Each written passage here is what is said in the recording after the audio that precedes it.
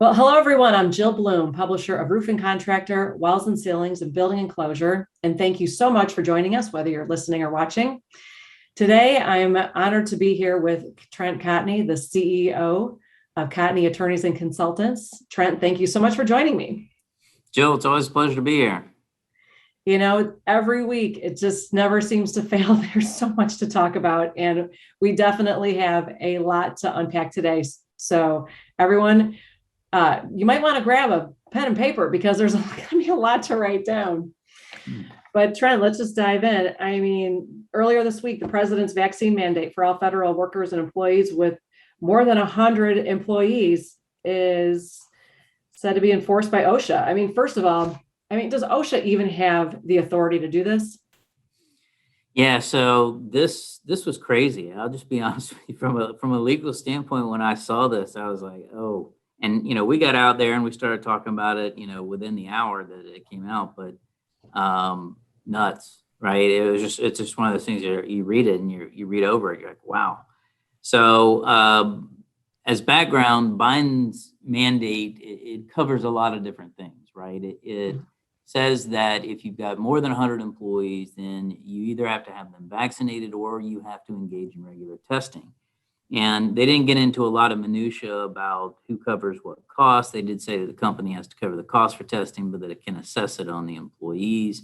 So all kinds of issues that came up there, right? And if you read down even further, they said, look, same applies to the healthcare workers. They've got to be vaccinated, so on and so forth. So what's interesting about this, Jill, is earlier this year, you and I were talking about the emergency temporary standard for COVID-19, and OSHA decided not to move forward with it as it relates to construction. They came out with one for healthcare, but the reason they didn't move forward with it is because they were scared. They were scared of legal challenges, and they didn't want it to be, they didn't want to spend a lot of time and resources in court fighting over something which at the time they believed the vaccines and other mitigating methods had under control, right?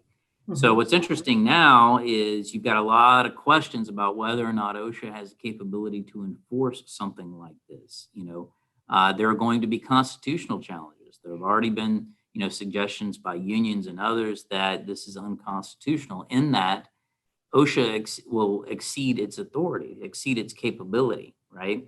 So if I'm looking at this, if I was representing a roofing contractor or, a building enclosure contractor, and somebody came to me with an OSHA citation, one of the things I would say is there are alternative methods to prevent the spread of COVID-19, right? What are those alternative methods? What the CDC even suggests what alternative methods are available, okay? The CDC, as I said, vaccines are the only alternative. Now, I get what he's trying to do. He's trying to move vaccines forward, get more people vaccinated. But there's a lot of issues in that he is doing this at the employer's burden, right? This is an employer task that he is requiring. And then the other question, Jill, not to keep on this talk, but it's a big issue. There's a lot to unfold there. Keep going. Yeah, we're talking, so if you've got over 100 employees, right, it's science and you've got to get vaccinated. But what happens if you have 99? What that raises a question is, what about all these other employers that have under that? Why are you picking on just the largest? So there's a lot of legal issues there. It will absolutely 100% without a doubt be legally challenged. And it's going to take OSHA a very long time to go through this emergency temporary standard process. So. Well, I guess that's good to hear. So it's going to be a long time. It's not like anybody has to worry about this today. Well, I think it will take time for it to get to the point where OSHA is actually trying to enforce something. Okay, that is going to be very difficult if and when that happens. Okay, I do think that if this is the route that Biden is going to go, that there are a lot of tools in his toolbox that he can use to potentially enforce some of this stuff, okay, especially as it relates to federal work, okay? He already said that with regard to, contractors working on federal jobs, there is no testing alternative. You got to be vaccinated, okay? That was one of the mandates. So some of these things he can move forward rather quickly through executive order and other action, okay? the enforcement through OSHA, that is the component which I think is going to take a little bit of time.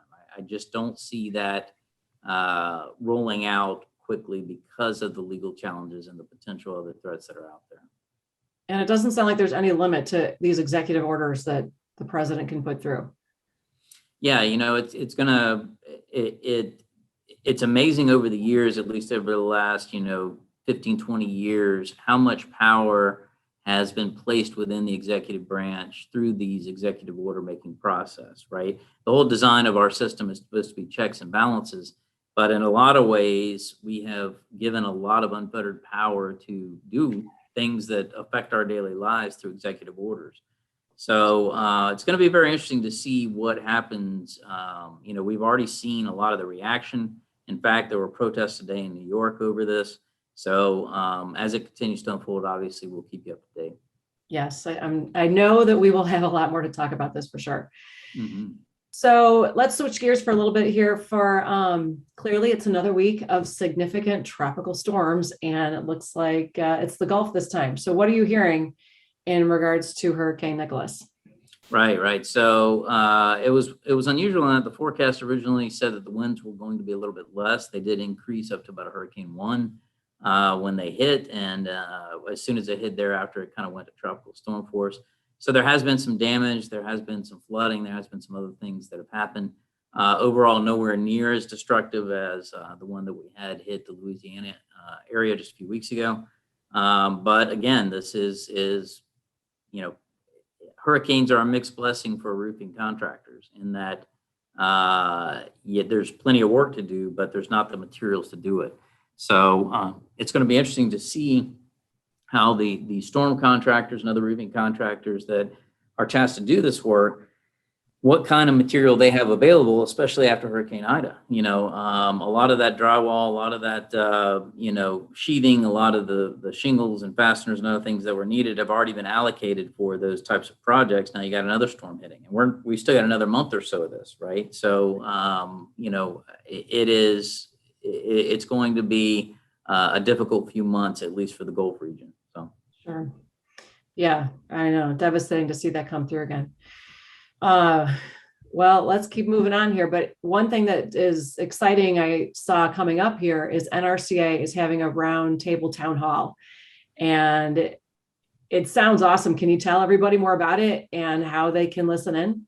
Absolutely. So as everybody knows, the materials issue has been a major crisis. I would say next to asbestos is probably the biggest crisis that our industry's ever faced. So NRCA through, Reed Ribble's leadership and McKay Daniels, they said, why don't we put together a roundtable where manufacturers could be present, do it in a town hall format. Their town halls have been incredibly successful in the past.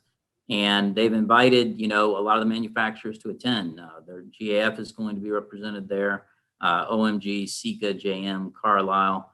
I will be there as well to give some tips on how contractors can kind of prepare for additional changes and maybe add some contract language to help prevent price increases, that kind of stuff. But I think it's just a good opportunity for everyone to hear what is going on, get on the same page and ask questions. This is a roundtable type discussion. So I encourage everybody to get involved at 7 p.m. Eastern time next week, September 22nd. 4 p.m. Pacific. So stay tuned and make sure that you check your emails from NRCA on how to get involved in the town hall. Yeah, that sounds great. Yeah, that's going to be exciting. And NRCA does do an incredible job of those town halls. It's an impressive platform that they use. Absolutely. So another question for you, Trent. You mentioned last time we talked that there was dozens of containers and supply ships just awaiting entry to the port in California. Is there any news or any update? I mean, can we get the National Guard to go unload those ships? Yeah, I mean, they've been working nonstop to try to get those ships unloaded, and they made some progress, right? The problem is that these shipments continue to get delayed. It just creates sort of a cascade effect. And I mentioned last time when we were talking about it, the backup is caused by a variety of different reasons, everything from lack of containers, lack of ships, increased demand, not enough longshoremen or stevedores to do the work that needs to be done in order to get the stuff off of there. And a bigger problem is there's not enough truckers to truck the stuff out of the ports to get it to where they got to go. So it's going to continue to be an issue. They have made some progress on it, which is good. I think that it's just going to take a while for us to kind of work through the kinks on this, redevelop our supply chains, figure out how to be more efficient, faster, better, stronger. But yeah, it will be a few months before we start seeing somewhat of a normal shipping routine again. And I can tell you, we need more. As long as the demand remains where it is, we need more truckers, we need more ships, we need more containers, we need more everything. If for some reason inflation continues and interest rates rise and demand decreases, then to a certain extent that problem will solve itself. But as it stands right now, with demand high and everybody wanting everything at the same time, you're going to continue to see these problems. Yeah, well, fingers crossed that gets fixed sooner than later. So we also talked about, the power of peer groups in the roofing industry, which is not new. And there's a lot of people out there that are involved in peer groups, and they seem to be really successful. But if you try and put on your consultant hat for a minute, and we've got Best of Success coming up next week as well. But what do you see the benefit of peer groups, and are they working, and how can contractors get involved? Yeah, peer groups are a great way for contractors to share ideas. One of the things that I found in business is even if you went to school for business, which I didn't, but even if you did, there's really not a playbook, right? You learn by mistake. And a lot of times you're scratching your head trying to figure out answers. It's great to have somebody that may have, conquered that territory before that can say, hey, this is what I did. This is what you should do, right? It helps to have a sounding board. It helps to be able to kind of compare notes and figure out, how do you tackle that next problem without having, to go to the internet and try to figure it out yourself. Having that safety net is a good thing. So with peer groups, it's great to have people that aren't necessarily competitors to you, that are not in your geographic area, where you can communicate with them freely. You can talk to them. You can create a great relationship and a reliance on them.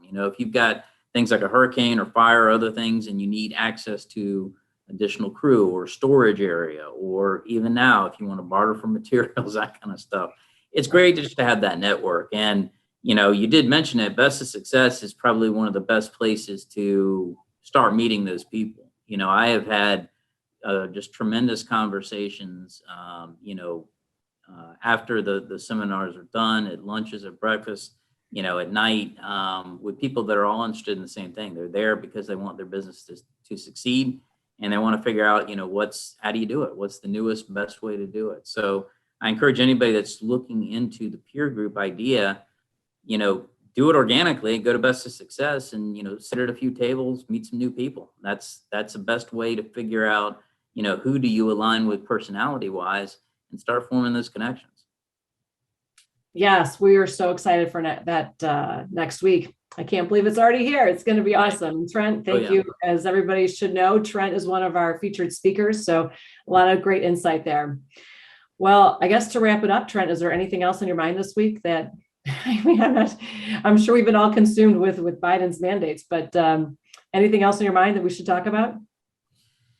I think, the biggest things have been what to do with employees and the vaccinations and this materials issue. And I think that's going to dominate the headlines for the next few weeks. I don't want contractors to lose sight of making sure that they are focused on operations. Sales are always important, and sales sales are like a Ferrari, right? It's a beautiful thing. You love it. You want to get in, you want to drive it, you want to be seen in it, you want to have those sales numbers, and it's important, right? But looking out, I really recommend, sometimes you just need a Corolla, right? You need to make sure that it's going to work. It's going to get you to where it's got to go. And I want to encourage contractors out there to really pay attention on that bottom line. Really work on your standard operating procedures, focus on the basics, focus on efficiencies.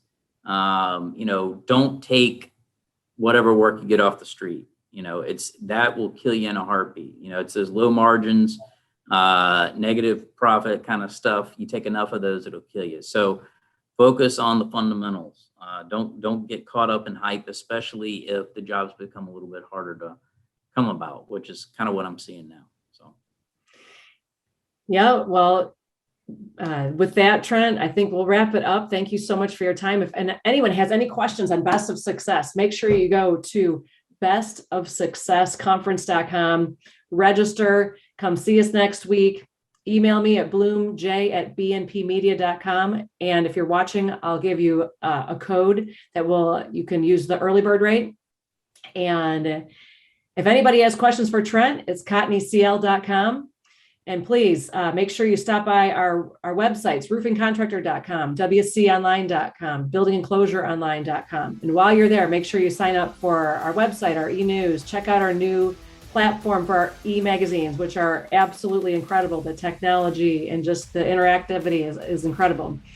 But please, most importantly, stay safe and healthy, and we look forward to talking to you next time.